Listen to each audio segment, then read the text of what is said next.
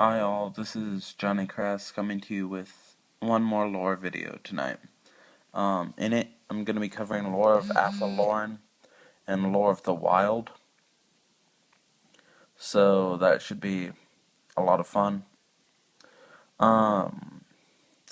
So starting off with lore of Athel Loren. Only Wood Elves can take it. It's their army book lore. Their level 2s can have it, and their level 4s can have it. No sig spell, no lore tribute. So the default number 1 spell is Tree Singing. Cast on a 4+, range of 18 inches. Any wood that does not have an enemy model in it can move D3 plus 1 inches, nominated before you roll the number of inches. And you can surf friendly units in there, as long as no models are outside of the wood. Alternatively, the spell can inflict D6 strength 5 hits on a single enemy unit that's even partially in the wood.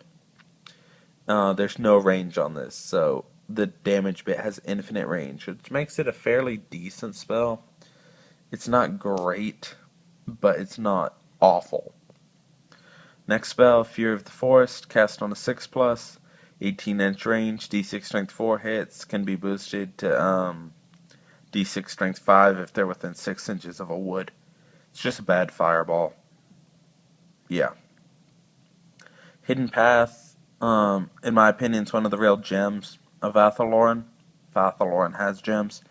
Cast on a 7+. Unit has ethereal movement and immunity to non-magical range. This is great for keeping a dragon or a tree man alive against a cannonball. Next spell, Twilight Host, cast on an 8+. The unit causes fear. If they already cause fear, they cause terror. Absolute garbage spell. No real use for it. Moving on. Ariel's Blessing, cast on a 9+. The unit gains regen. 18-inch range unit gains regen. It'd be a fantastic spell in any other book, but in Wood Elves, there's no real combat units. So having a 4-up regen kind of falls on deaf ears, so to speak. And finally, Call of the Hunt. Cast on an 11+, 18-inch range. If already engaged in close combat, models gain +1 attack. If not engaged in close combat, they immediately move 2d6 inches towards the nearest enemy unit that they see. And if this would bring you in contact with an enemy unit, it counts as a charge. So it's like, besides dwarves, it's the last magical charge in Warhammer. But it's not that reliable of a charge. It's an okay spell. It's not a great spell. Alright, so moving on to Lore of the Wild. I can't find my Beastman book right now, so we're using my computer. So Lore of the Wild does have a signature spell, but no lore attribute. Signature spell is called Bestial Surge. All friendly models within 6 inches immediately move D6 plus 1 inches towards the roll separately for each unit, towards the nearest enemy unit by the shortest route. But it doesn't let you magically charge, and it's cast on a 7+. So this spell is just absolutely awful, because all it does is break up your battle line. It has no use. It is just a terrible spell. Next spell is really one of the only good things in the lore. Viletide, magic missile, range of 24 inches, cast on a 7+, 5d6 strength 1 hits. If this was the signature spell for Lore of the Wild, I would honestly run it, because this spell is amazing for just the sheer amount of hits it does. And with things like Hag Tree Fetish letting you reroll to wound, this can actually do a lot of damage. But because it's not the sig spell, you can only have one of it, and it's hard to roll.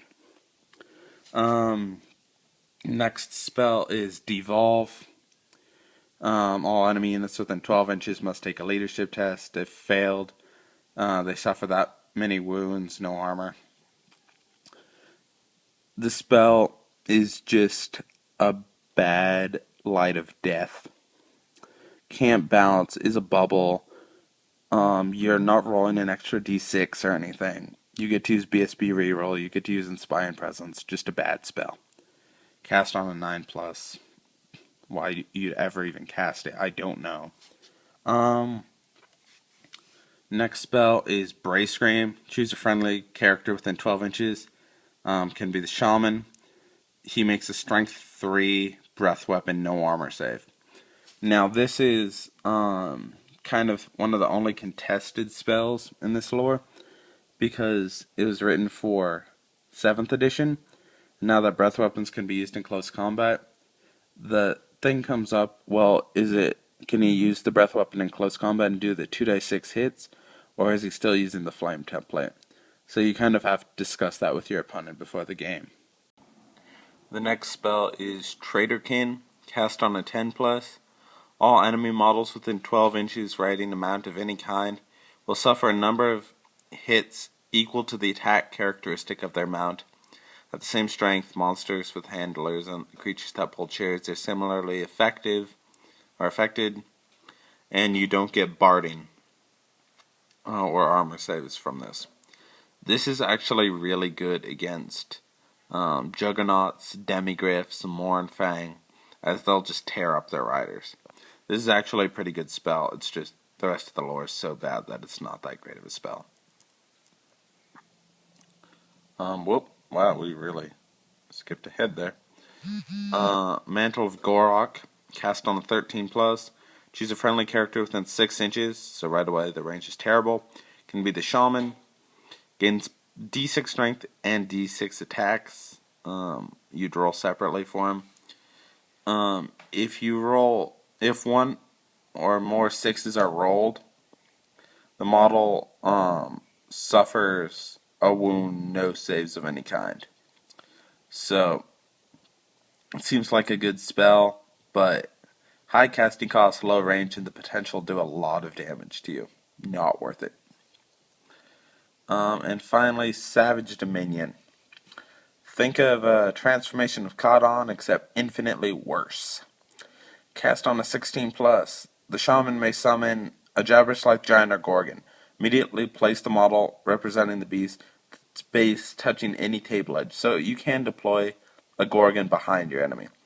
This model is effectively part of the Beastman army from that moment on, while the Shaman controls the beast. He may not cast or dispel any spells or make any attacks in close combat, so he just goes innate. So you need to keep him safe somewhere and just hide him. Every time the beast suffers a wound, the Shaman that summoned him must take a toughness test. If failed, he takes a wound too. If the Shaman is killed, the beast goes away and is immediately removed from play. And it counts as being killed for purpose of victory conditions. And you can never dispel or get rid of the spell. It's not a remains in play. It's just there. So the Shaman has no choice. He has to stay as the thing until either it dies or he dies. So it's really not that great of a spell. It's cool, but it's not that great. So those are really the two lores. This is for Beastmen and the other one's for Wood Elves. They're both just terrible army book lores. Really just both really bad.